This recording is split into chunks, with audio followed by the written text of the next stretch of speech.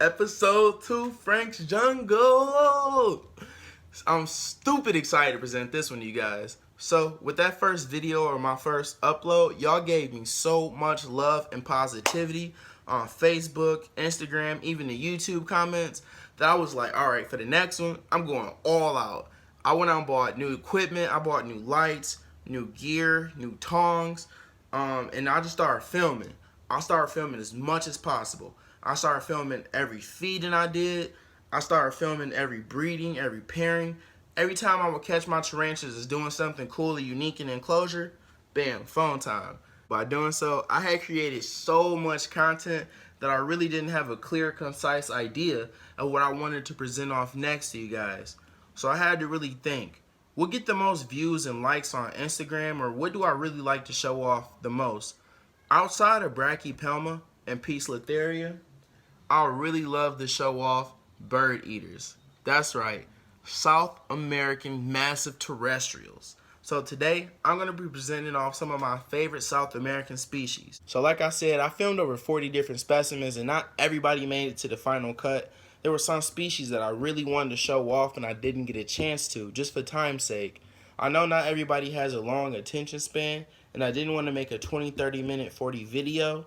So I will be presenting a part 2 to my South American species, because one that I really did not get to mention or show off this time was Avicularia, and they definitely are top-notch South American species. Alrighty, so first off we have the largest specimen in my collection. This right here is the T.Stirmi or T.Stirmi, more commonly known as the burgundy Goliath bird-eating tarantula.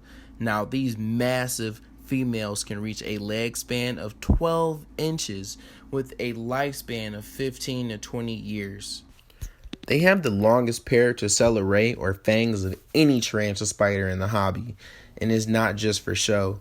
As you can see, these Goliath bird-eating tarantulas can take down some pretty impressive sized prey, including other small mammals, mice, lizards, and snakes.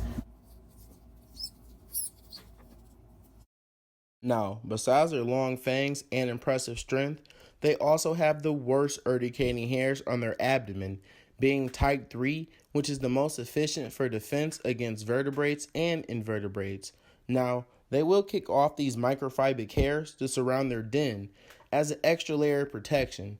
Being a New World tarantula species, they don't carry potent or a lot of venom like an Old World species would. So they would rather kick off some of these urticating hairs instead of wasting their venom on something that is not prey or a direct threat.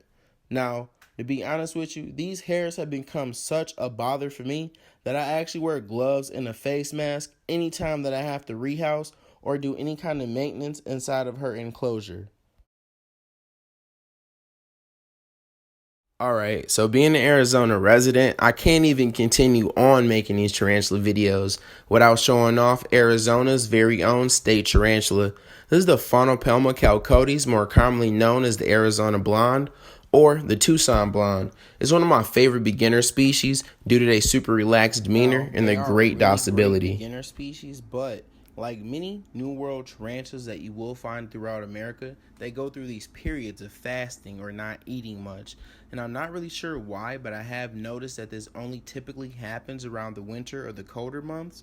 Now, if you do have a tarantula that stops eating during this period, it's really nothing to worry about. When reptiles and other living creatures get colder, they have to spend more energy to stay alive.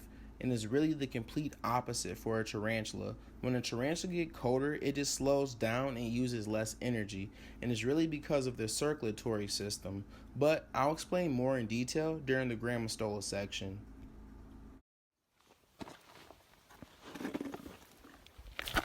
Alright, so I actually had the opportunity to link up with a fellow herpetologist who ended up becoming a really good friend of mine. Now, he's been showing me different techniques to locate burrows and find some of these wild specimens. He's still actually got a lot of life left. He's a little male, very small. They're usually a lot bigger than that. They're all leggy like that, but a lot bigger.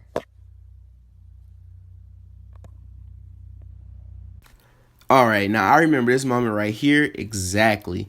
I had just located my first wild caught specimen and I was going crazy.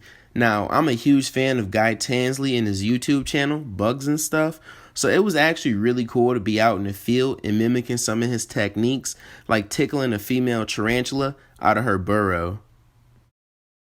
Alright, so now that technique actually is something that you have to have a ton of patience for. What you're essentially doing is tricking these female tarantulas into thinking that it's prey. Being ambush predators, they live in burrows anywhere from 6 to 12 feet deep, and they will only come out when they think that it's prey or either a mature male looking to breed. Yo, so actually on this day, I located 3 male specimens and 1 female. Now, you know the temptation was there, so I tried pairing, but I got no success. And I have a few different specimens at home that I tried pairing, but I got no success either. But I do know a few local hobbies who had really good success. And shout out to my boy Timbo for letting me use his pic here of his gravid female. Another famous hobby classic tarantula.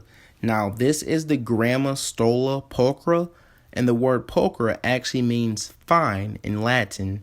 Now, they are commonly known as the Brazilian black tarantula, and just as the name suggests, they are a stunning all-black tarantula that hails from Brazil. Now, there is a controversy going on with this species in Brazil, but today we're just going to be focusing on a quick introduction. Now, unlike many other G.Rosea species, they love to eat. Here's a good video of an adult female munching on a red runner. Big shout out to Eric Harpack for sending me the video of his black beauty. She is an absolutely stunning specimen. Go Ajax. Now, this specimen has been a relatively fast grower, molting twice already since July of 2019. And as you know, for a G.Rosea species, that's pretty fast. I even had the opportunity to sex out the last molt with my microscope, and it was a confirmed female. I am beyond excited to see the specimen put on some impressive size, just like my buddy Eric's.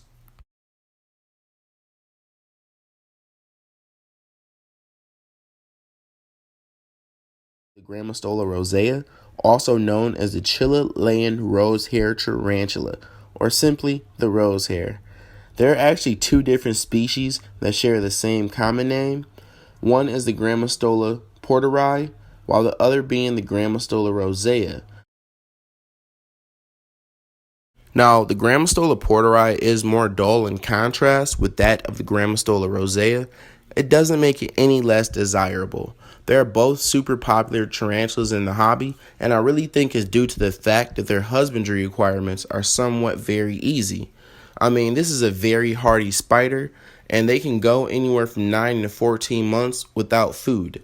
That makes it very easy for a person like me, who has over 100 spiders in my collection, to not have to worry or manage and keep track of that spider every 2 to 3 weeks. So my adult female G.Rosea rosea was previously paired by her last owner. Here's a good video of her and the male getting in some action. Us in the hobby, we like to call this spider porn. Anyway, she's been eating pretty heavy the whole time she's been in my ownership up until the last 3-4 weeks. I'm really expecting her to drop an egg sac here sometime soon. So I guess until then, if I want to see a rosehair eat, I gotta feed my G.Rosea porteri. A.Geniculata, commonly known as the Brazilian white knee or the white banded tarantula. They have an amazing feeding response and they love to eat.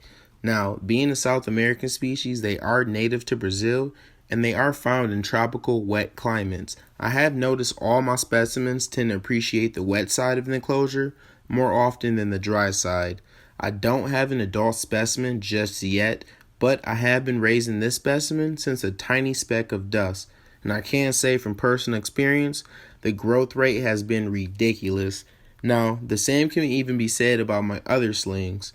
They always seem to be hungry and willing to accept food, sometimes even during a pre-molt, and due to this high feeding response, I don't suggest trying to handle.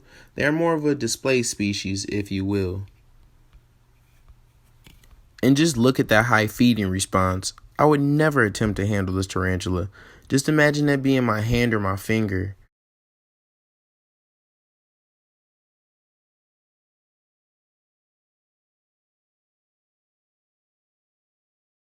When it comes to genera of South American terrestrials, I had to mention Pamphobeteus. They're found in deep jungles located throughout South America and the northwestern hemisphere, and their feeding response is something that is instant. There was even a team from the University of Michigan that filmed an undescribed species in the genus eating a possum in the wild. When I saw that, I knew I had to start collecting some of these panthos. Now, with that being said, it is so many species in this genus that are truly undescribed or don't have a proper label.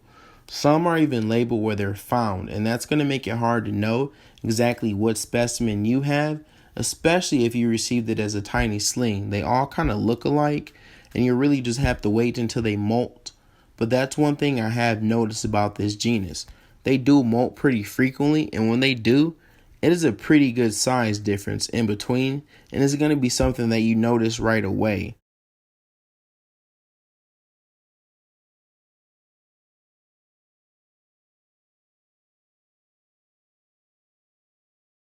They also have a heavy sexual dimorphism that's actually in favor of the male. The males of this genus will turn brighter in coloration in comparison with the females. Now, one thing I have noticed from personal experience is that they are big time hair kickers, and sometimes I can even start to feel a strong itch develop in the back of my throat just simply by opening up their enclosure. Something that is not as bad as the T.Stirmi, but they have definitely earned my respect.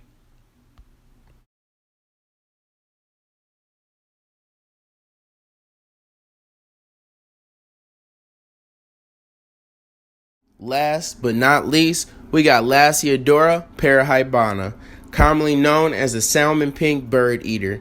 Now, being a bird eater, they are from South America and the northeastern part of Brazil. And like all bird eaters, they do get a massive size. This species in particular can reach a max size of anywhere from 9 to 12 inches. Now, this was my first bird spider I received and gave me a great introduction into what the husbandry was really all about. They are really hardy and they love to eat. I received as a small juvenile around 2 inches, and within 14 months, it reached a very impressive size. And it molted very frequently, which was very rewarding, especially if you're a new keeper. So in the wild, they have even been photographed taking down large bats. That's insane. Just look at that amazing feeding response. I do have 15 Parahybana slings. Here's a quick compilation of a few of them eating.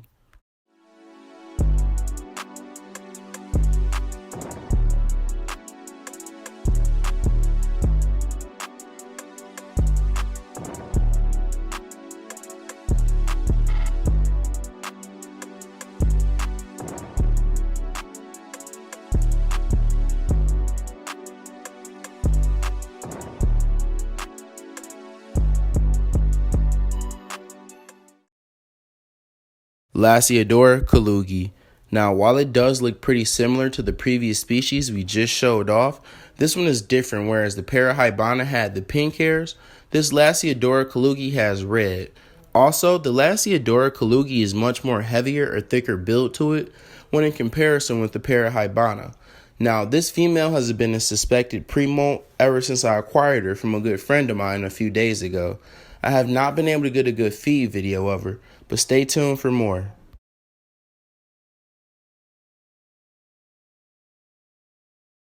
I want to give a big shout out to anybody who stayed tuned and locked in through the whole video. I had a lot of times where I was very frustrated trying to edit and put things together, especially put this video out in a timely manner. Like I said, I had so much content that I was shifting through, so I had to do a lot of things I had to delete and I thought was useless, so I really tried my best to edit everything and have a short, simple video. This is just an introduction into my collection. I will be doing a much more serious and detailed description of husbandry and different species when the time comes. For now, I'm going to keep introducing my collection to you guys. I'm going to be doing 2 other parts to my South American species. I had so many that I did not get a chance to film or put out this time, and I really need to go back and do that. Also, I'll be showing off my African and my Asian species. And I got some really good feeding videos of them too, so I'm just really excited for you guys. And once again, stay tuned to Frank's Jungle. Also, living in Arizona, I'm an avid herpetologist, so I'm gonna be uploading a lot of videos for you guys when I'm out here in nature and stuff like that. So stay tuned.